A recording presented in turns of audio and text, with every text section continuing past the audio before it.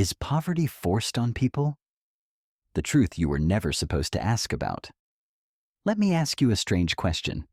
If I gave you two babies, one born in a mansion in Los Angeles, the other in a slum in Bangladesh, and I asked, which one has a better shot at success? You'd probably laugh, because we both know the answer.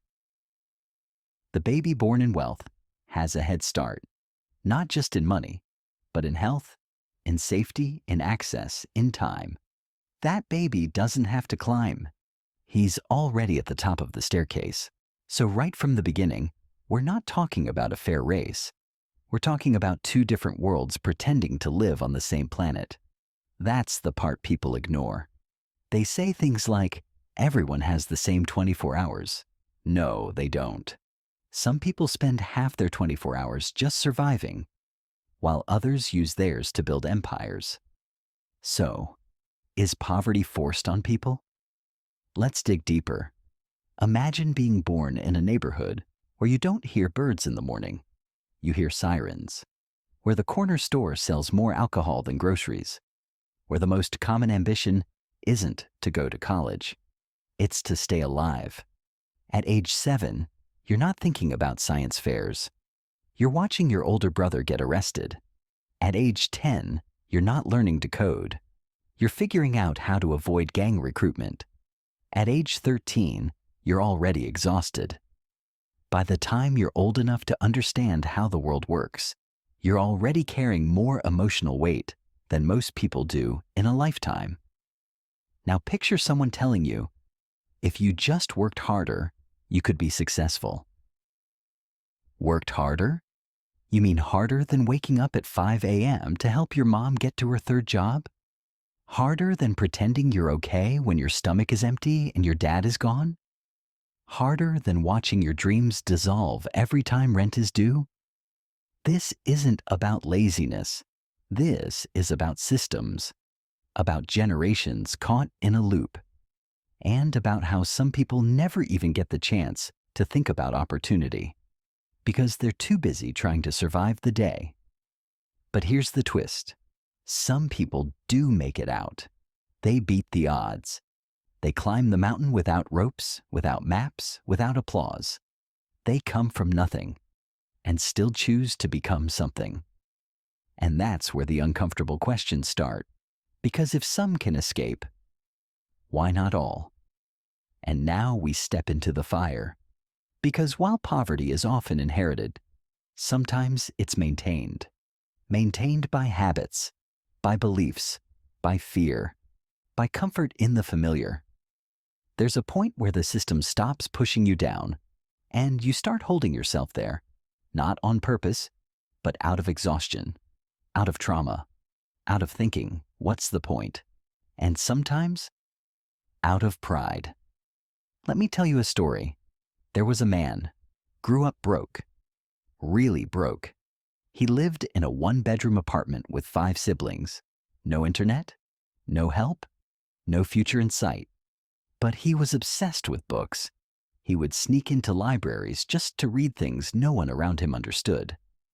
While his friends were skipping school, he was teaching himself economics. He didn't do it because someone told him to. He did it because something in him said, "This cage was not built for me." Fast forward. He owns a business. He helps other kids escape the same trap. But when he goes back to the neighborhood, people say, "You changed." As if staying broken would have been more noble. As if success was a betrayal. And this is another layer of poverty no one talks about. Community pressure to stay the same. Because when you rise, you force others to look at their own reflection. And not everyone likes what they see. So, is poverty forced on people? Yes. By systems, by history, by geography, by racist policies, by classist structures, by bad luck. But poverty can also become self-imposed. When people spend instead of save, escape into distractions instead of building, blame endlessly, but never act. It's not always their fault, but it is their responsibility, because no one is coming to save them. And the longer you wait for a hero, the deeper the hole gets. Here's a cold truth. Some people need you to stay poor. It keeps their systems running. It keeps products sold. It keeps minds distracted. Poverty isn't just a side effect. It's a business model.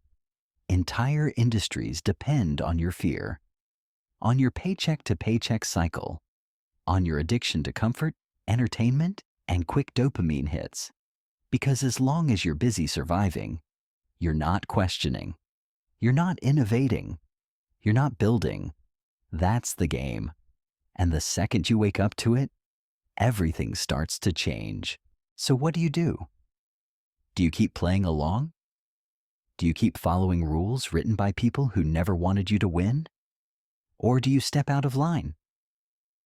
Do you decide right now that even if you were born into poverty, you will not die in it? That's the power you've got. Not because it's fair, not because it's easy, but because you've had enough.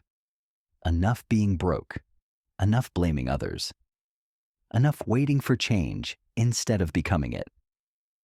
Let me tell you one more story. A woman grew up in a broken home. Her mom was addicted. Her dad was gone. By 15, she was sleeping in friends' cars, trying not to fall apart. Everyone wrote her off. Teachers, social workers, even relatives. But she had one thing, a why. She wanted her own kids to live a different life, so she cleaned houses by day, studied by night, saved every dollar she could. Failed, tried again. Failed, tried again. Today, she owns multiple properties. She mentors young girls, just like she used to be. Her story is not rare. You just don't hear it, because survival doesn't trend.